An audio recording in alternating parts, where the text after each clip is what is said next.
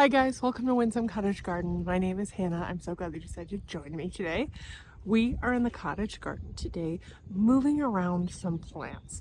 Spring is a great time to do some transplanting in your gardens. If there's a couple things you want to tweak here and there, or if you have to divide plants, you want to wait while the temperatures are still cool and the plants haven't put so much growth on for the year that they have to support it in the hot heat of summer.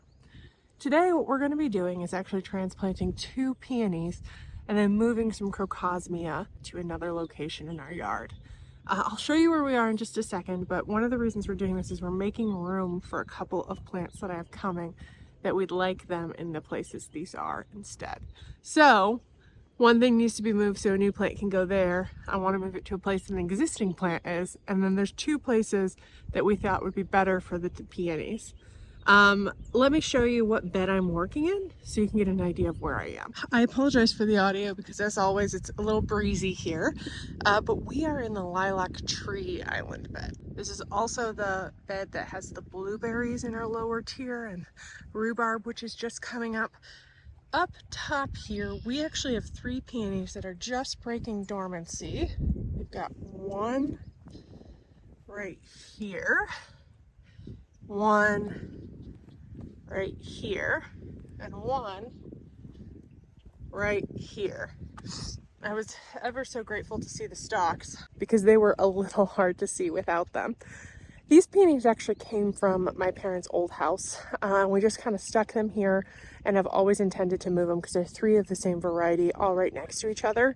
It was a great kind of holding area to have them in the ground, but we've now decided to kind of shift them around the yard so that they can be in other areas, providing a pop of late spring interest. So I'm going to remove the 2 on the lilac tree side of these and move them to other island beds. Let me get you guys set up. You can see me removing them.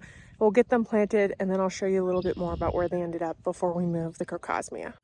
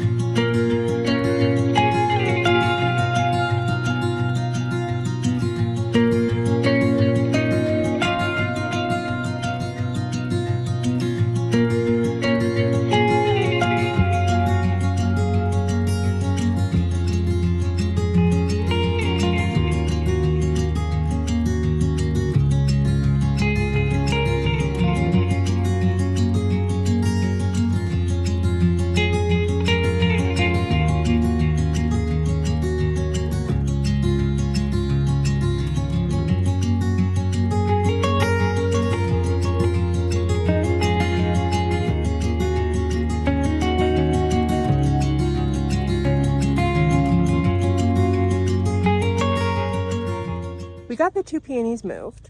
I'm going to quickly show you where they ended up, explain some things, and then we're going to go try and move some crocosmia. We're doing this in between rain pockets. It's pretty cloudy, as you can see, and my weather app says that rain's going to start in 30 minutes. So I'm against the clock and hope we can get this all done quickly.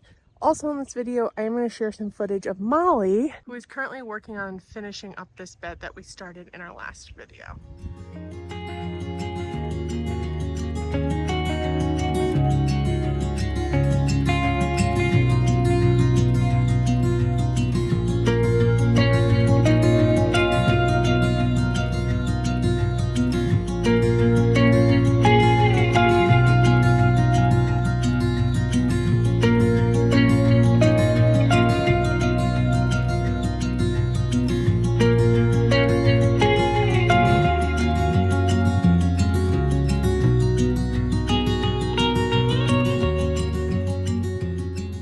right behind that, where Molly's working, is actually where the first peony went. I ended up putting it here. This bed is a bed that we spent a lot of time on last year. We redefined the edges, moved these lilacs. They're a Miss Kim variety that were planted too close together. We're gonna let them bloom, and then we're gonna cut them back by a third and hopefully get some more shape back to them. This is also the bed where we planted a ton of hibiscus in the bottom, which we haven't done our spring cleaning, so you might notice some weeds, but it's on the to-do list. We were gonna do it today if it wasn't gonna rain. So this is a bummer. I mean, look at this cloud. Eek. Not much time. But I ended up putting the peony here. Originally, I was thinking it was gonna go on this point. In fact, I even cleared out a spot right here that I was gonna shift this penstemon over and then put the peony there. But I was looking at it and saying, you know, that's too close to this Miss Kim. This Miss Kim could get up to 8 feet, which I think that's about 8 feet. So if it goes all the way to the ground, that would be right where that peony was planted. So I decided to shift and pop it here. I think even if these reach their full size, they'll just kind of be touching. We can prune around it so it has some sunlight, and it also will get a lot more exposure from this direction. West is that way, so nice evening and afternoon shot of sun. The other peony ended up in this bed. This is also a bed that we spent some time on last year. I planted a number of iris in here, and this is also where all the purple cone flowers are. I ended up sticking it up here. There's a ton of creeping geranium up there that's kind of coming back. You may have seen that I stole a rock from somewhere to kind of build up some soil around the root ball. There's a bit of an incline there, and my dad was talking about adding a couple stones there anyway, so I just added one. If we need to shift it in the years to come, we can, but I think that'll be a really good space for it.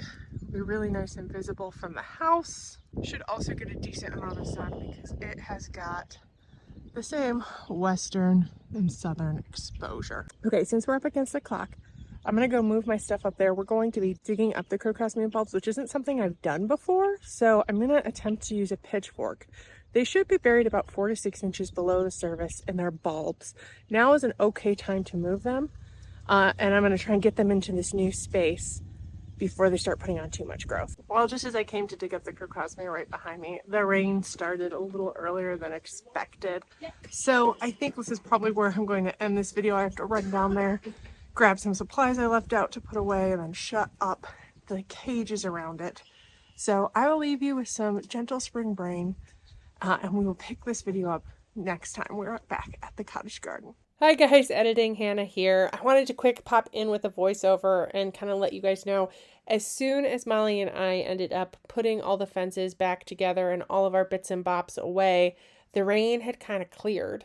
And looking at the forecast, I discovered I had about a 30-minute window to get things done. I didn't want to start the crocosmia project that I talked about because it was a little questionable about whether the rain would actually hold off. So instead, I grabbed some Dutch iris bulbs. I think I had mentioned in a previous video that I had succumbed to an end cap at a grocery store and purchased. And they're spring planting, so I wanted to get them in the ground. Sadly, the video I had explaining this was corrupted, so I wanted to just provide some context to this, and I'll provide more detail at the end.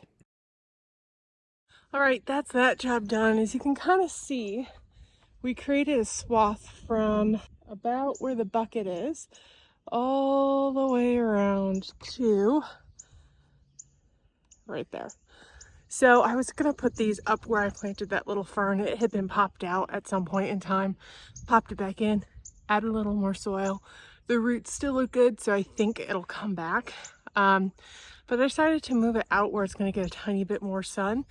It doesn't get full sun here, but I think it will get enough for these guys to be happy, and it'll provide a little pop of blue right along the edge of our property that we'll see as we come and go from the cottage. I know I didn't quite get everything I wanted to get done today, but the clouds are getting dark again, so I think it's best if I make my way inside before it starts raining, because it's supposed to really set in, have some thunderstorms, some really deep rain. I don't know if I said this earlier when I was transplanting the peonies, but we'd also gotten some rain overnight, so I thought it was a great time to dig up those peonies and transplant them because I knew they had been well watered, and they're going to be well watered as soon as the storm system comes through.